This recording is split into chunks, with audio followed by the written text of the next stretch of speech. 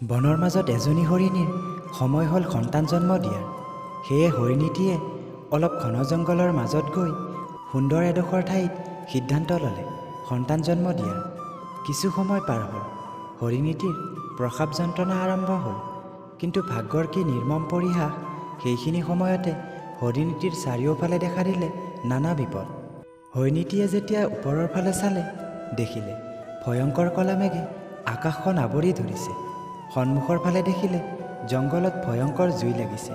বাওঁপিনে দেখিলে এটা ক্ষুধাৰ্ত সিংহ তেওঁৰ ফালে আগুৱাই আহি আছে।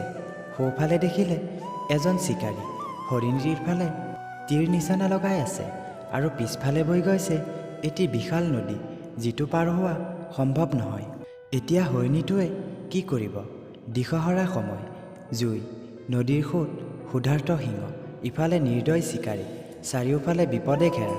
হৰিণীটিয়ে কিছু সময় দুচকু বন্ধ কৰি সৃষ্টিকৰ্তাৰ ওচৰত প্ৰাৰ্থনা কৰিলে আৰু সিদ্ধান্ত ল'লে সন্তান জন্ম দিয়াৰ।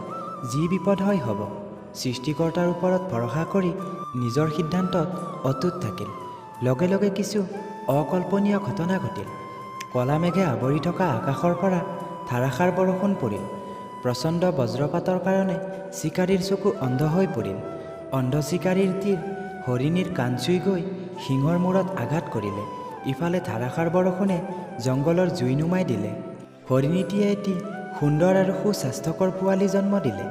আমাৰ জীৱনতো কেতিয়াবা এনেকুৱা সময় আহে, চাৰিওফালে মাথো বিপদ, নিন্দা, হতাশা আৰু অসহযোগিতাই হেঁচা মাৰি ধৰে।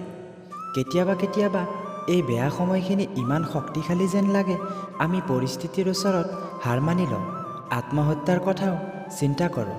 অথচ সেইটো ভুল। সেইটো আমি হৰিণীৰ কাহিনীৰ পৰা শিকি ল'ব পাৰোঁ। যেতিয়া হৰিণীটিৰ চাৰিওফালে বিপদ আছিল, তথাপিও জীৱন মৰণ যি নহওক কিয়, তাই বিপদৰ আকাংক্ষাত নিজৰ লক্ষ্যৰ পৰা এক বিন্দুও পিছুৱাই যোৱা নাছিল। সন্তান জন্ম দিয়াতে সকলো মনোযোগ দিছিল। তেতিয়া সকলো বিপদ সৃষ্টিকৰ্তাই নিজে সমাধান কৰি দিছিল। যেতিয়া হতাশা গ্ৰাস কৰে, নিজৰ ওপৰত বিশ্বাস উঠি যায়, তেতিয়া সৃষ্টিকৰ্তাৰ ওপৰত অগাধ বিশ্বাস ৰাখিব। জীৱনৰ লক্ষ্যত স্থিৰ থাকিব আৰু লক্ষ্যৰ পৰা এক বিন্দুও পিছুৱাই নাহিব। ভগৱানে সকলো বিপদ ঠিক কৰি দিব। ভাই ভনী সম্পৰ্কটো সঁচাকৈ অদ্ভুত। দেখাততো এনে লাগে যেন এজনে আনজন নহ'লেই ভাল পায়, কিন্তু সঁচা অৰ্থত তাৰ মাজত লুকাই থাকে এসাগৰ মৰম, ভালপোৱা। যেতিয়া 5 বছৰৰ ভনীয়েকে কান্দে, ভাই, লখিমী ভনী নাকান্দিবা, দোকানৰ পৰা চকলেট কিনি দিম। যেতিয়া 10 বছৰৰ ভনীয়েকে কান্দে, ভাই, কোৱা তোমাক কোনে কি কৈছে, কাৰ ইমান সাহস, মাত্ৰ নামটো কোৱা, মাৰি তক্তা বনাই দিম। যেতিয়া 15 বছৰৰ ভনীয়েকে কান্দে, ভাই, কান্দা বন্ধ কৰা আৰু মোক কোৱা কোন ল'ৰাই তোমাক বিৰক্ত কৰিছে, তাৰ কলিজা কাটি কুকুৰক খুৱাম। যেতিয়া 25 বছৰৰ ভনীয়েকে কান্দে, ভাই, কি হৈছে, স্বামীয়ে মাৰিছে নেকি, নাকান্দিবা, এবাৰ কোৱা, মই কি মৰি গৈছোঁ নেকি, তাৰ দাদাগিৰি ওলাই দিম। ভাই নামৰ শব্দটোৰ অৰ্থই হ'ল ভনীয়েকক পহৰা দিয়া। যিকোনো বিনিময়ত ভনীয়েকক সুখত ৰখা, মুখত হাঁহি ৰখা। বিয়াৰ দিনা ৰাতি বিদায়ৰ সময়ত মা দেউতাইতো কষ্ট পায় আৰু কান্দে, কিন্তু এজন এনেকুৱা মানুহো থাকে যাৰ চকুত পানী দেখা নাপায়, মুখত হাঁহি লৈ বিদায় দিয়ে, কিন্তু কলিজাখন ফাটি যায়। ইফালে কান্দিব নোৱাৰে, তেওঁক দেখিলে মা দেউতাই আৰু দুৰ্বল হ'ব, সেইজনে হ'ল ভাই।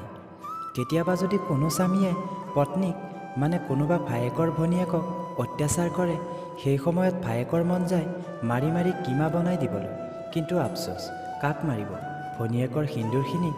ৰাখী বন্ধনৰ দিনা ভনীয়েকে ভায়েকৰ হাতখন বান্ধি থয়, সেয়ে চাগে সকলো অত্যাচাৰী বাচি যায়। আপুনি কাৰ ওপৰত শক্তি প্ৰদৰ্শন কৰে, এজনী দুৰ্বল অসহায় নাৰীৰ ওপৰত, তেনেহ'লে আপুনি পুৰুষ নহয়। প্ৰকৃত পুৰুষে শক্তি প্ৰদৰ্শন কৰে নিজৰ কেৰিয়াৰত, নিজৰ কামত। আপোনাক বহুত ধন্যবাদ ভিডিঅ'টো শেষলৈ চোৱাৰ বাবে। ভাল লাগিলে লাইক কৰিব, কমেণ্ট কৰিব, আৰু পৰৱৰ্তী ভিডিঅ'বোৰ আগতীয়াকৈ চাবলৈ চেনেলটো ছাবস্ক্ৰাইব কৰি বেল আইকনটো অল কৰি ৰাখিব। আজিলৈ ইমানে, ধন্যবাদ। জয় আই অসম।